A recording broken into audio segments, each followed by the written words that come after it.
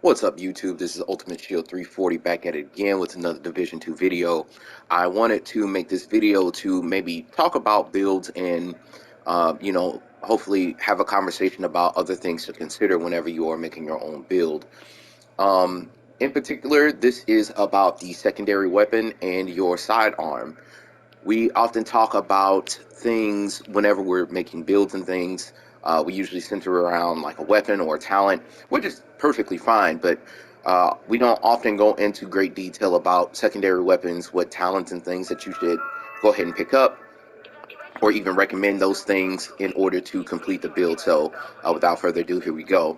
So as you can see here, I do have my legendary skill build on. I usually take this skill build into legendaries, or if I am going to the summit, I'm going to go and use this for legendary content. As you can see, it has the I forget what this is called, the specialization here. You can go ahead and check that out. The capacitor, go ahead and let you see this. Then I have the harmony, which I'll talk about here in a second.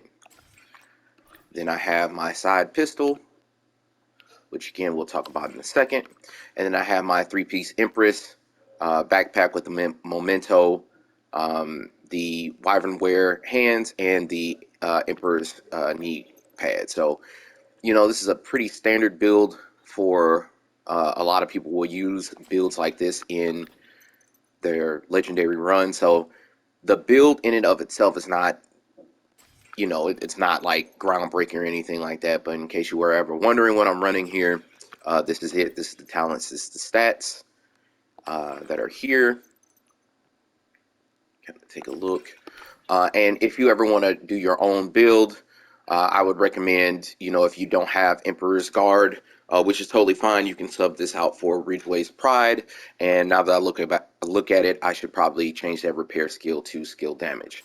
Now, we are here and we are looking at the build in and of itself. So this is the secondary weapon that I have here. As you know, capacitor increases the skill damage, and this is all roll for skill damage. But let's just say for whatever reason I am, low on ammo, or can't use it for whatever reason, and this is where your secondary weapon comes in to play. First of all, whenever you're using a secondary weapon, I would always recommend that you use a different weapon type than your primary. So for instance, I have the capacitor is an assault rifle. I would highly recommend that the secondary weapon be something different. The reason being is that in case you run out of ammo on your primary weapon, because they share the same weapon type, you will also then run out of ammo for your secondary, and you'll be kind of put in a bind. So harmony, what does it do, and why did I pick this weapon for this build? The harmony, as you can see, it has the stats, damage to target out of cover, and I picked this particular talent, this weapon for this talent perfectly in sync. You can go ahead and read the description. I'm no math guy, so you can do the math on your own. So the idea is that if for whatever reason I, can't use the capacitor, run out of ammo for the capacitor, which does happen sometimes when you are in legendary content, or if you're running the summit with like several directives, like some people will do. They will have the pistolero as the modifier there, and that will unfortunately limit the amount of bullets that you have, so you will need to switch to your sidearm or your secondary weapon. So when I have this, as you can see, it increases the skill damage that I actually have on the build in and of itself. And then the same thing goes here for the this is the maximum 9, which is the signature sidearm for the, I forget what this specialization is called, it escapes me at this moment, but you can also read the talent there, and it all is geared towards increasing the skill damage for a period of time. I go ahead and we talk about these things so that whenever you're creating a build, you might want to think about, using named weapons as the, the vehicle to sort of make your build complete, which is what I've done here. So say if you have, let's just say, a DPS weapon, like a DPS, all red build, we'll say, you can go ahead and you can kind of look into your stash, you know, see what you have available to you, see, you know, what might work for you, and, you know, maybe put that on your build. So, you know, this is a recommendation. It's just something to think about. You know, you can use whatever you want to. So for instance, the test subject is a great weapon. It also is similar to the Harmony, and what it does increases skill damage. The Apartment is another one that's quite popular with a lot of people. You know, the Grudge is, you know, let's just say if you are having a all red build, you know, and again, this is just simply a suggestion. You can sort of build around using, you know, the talent that you have available to you as a secondary sidearm in case things go wrong, or, you know, if you run into, like, say, a Chunga, you might want to think about maybe changing what weapons that you have. So as you can see here, I have damage to target out of cover, which is great for, you know, most damage. Like, it's a great damage type to spec into, and in case you, like, say, run into a heavy, you might actually do more damage using your secondary pistol or secondary weapon more so than your main, depending on what stats and things that you have. So, you know, something to keep in mind. So say, for instance, ARs are actually quite good at that, where they have the health damage. So damage to target out of cover, and the health damage will give you, you know, bonus damage against those Chungas, those dogs, and those Johnny Fives. So, you know, it's again, you know, this is just a suggestion. You can, you know, make your builds however you want to make them. Again, I'm no build Nazi, but, you know, maybe it's time to start thinking about, you know, whenever you make a build and you are putting all the pieces together, what should I put in here and why? And, you know, maybe you can think about using either the named weapons, or, you know, think about the talents that you're using to sort of make the build flow all together so that it synergizes really well whenever you're out there in the battlefield. And this way you can kind of be prepared for anything. Again, one last thing before I move on to the next thing, you know, whenever you use your secondary weapon, you might want to consider, you know, using the secondary weapon to specialize in doing certain things. So it just so happens that my main weapon here, the capacitor here, has the damage to target, damage to armor, and health damage.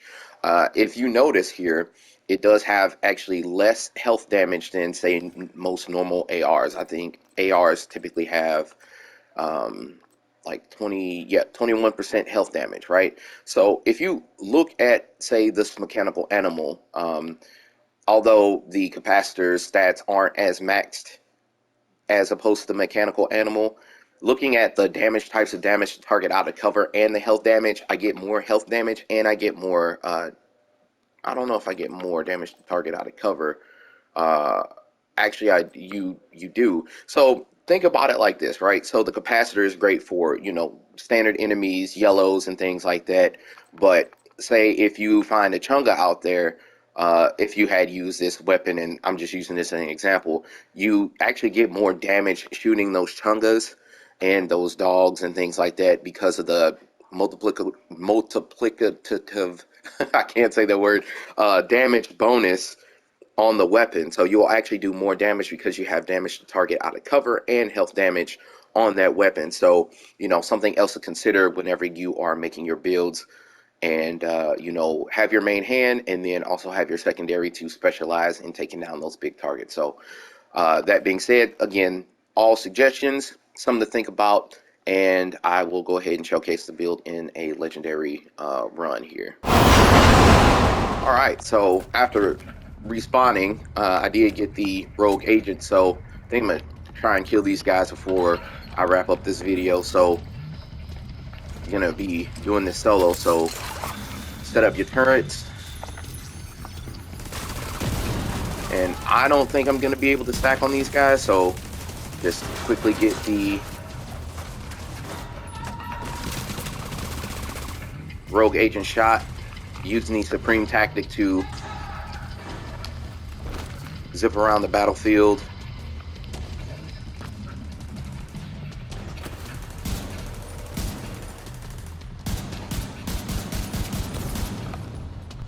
And kind of keep my eye on the other one. There we go. Uh-oh.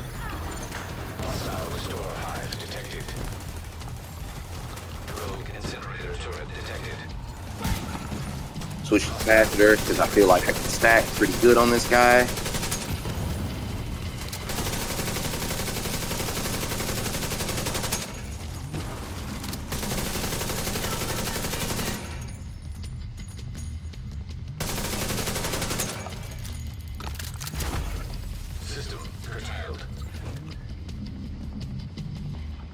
And we're just gonna... System reactivated. Huh. I would have thought that would have set the rogue agent on fire, but I guess it only works against us, huh?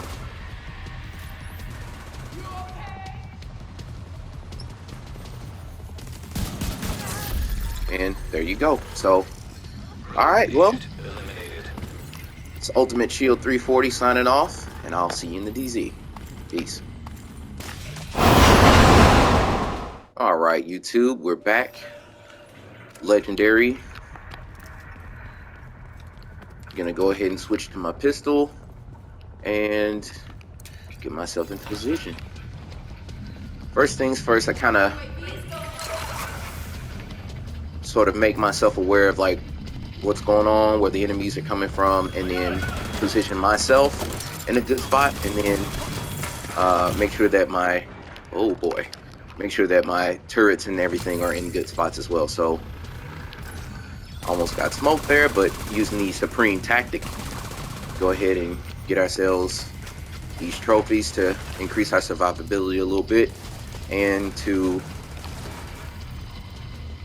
get in a good position. Now, one thing to know is that while you're here, make sure to keep your head on the swivel, you know, because you never know where the enemies are going to come from. Okay. And there's a dog right there, so I see that he's there, so I'm going to kind of back up. And this is the importance of switching weapons. So I actually get more damage on these dogs using the capacitor because of the health damage bonus. So that's what I did to sort of try and burst it down as fast as possible.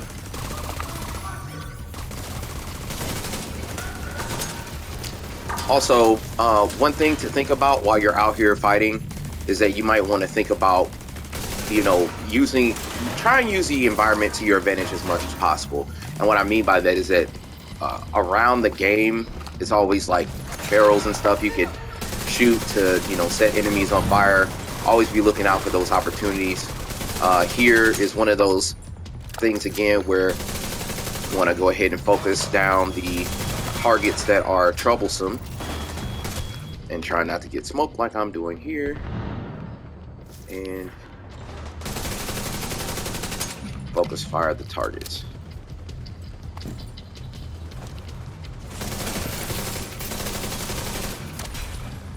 Knock those down, check those doors, check those flanks, and get around. So right now I'm not using the capacitor to stack so much, so I'm gonna actually switch weapons. This is why the secondary weapon is very important. I know I'm not getting a lot of stacks, so I'm not getting a whole lot of benefit from having the capacitor equipped. So using the Harmony, I take one shot and I'm able to proc the bonus on it. Using the Supreme tactic again saved me from getting killed right there. So reposition myself, and again proccing Harmony. There's not a whole lot of exposed targets, so you know, using the Harmony to get that damage bonus and making sure I'm protected at all times.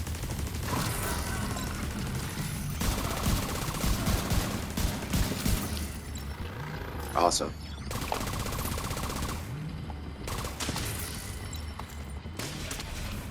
So this is what I mean by, you know, using your secondary weapon and thinking a lot about, you know, it goes back to a video I had made before where, you know, I was talking about, you know, why would you pick certain talents and why, you know, why do this, why do that?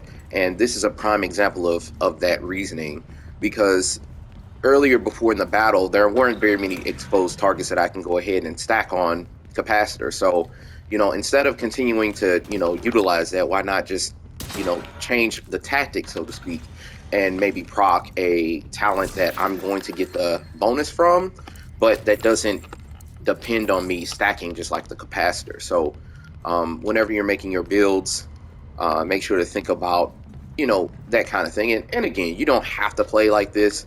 This is, again, just a suggestion, but, you know, just something to think about whenever you're out here in the division. And, you know, just making a small change like that could actually really increase your odds of success when you're out here. And yeah, be very helpful. Uh-oh. Got a Grenadier using Supreme Tactic to reposition, kill this guy off, and keep it moving.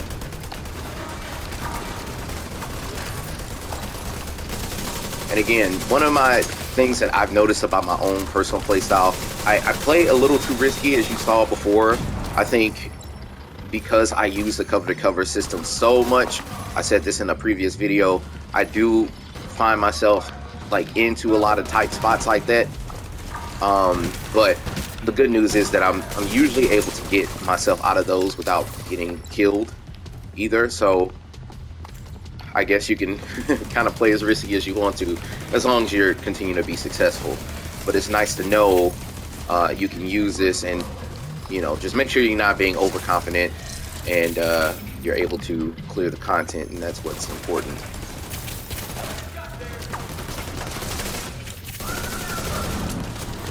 Uh-oh. Okay. All right. So, yeah. And that's what happens when you get overconfident, you get rushed, or when tactics fail.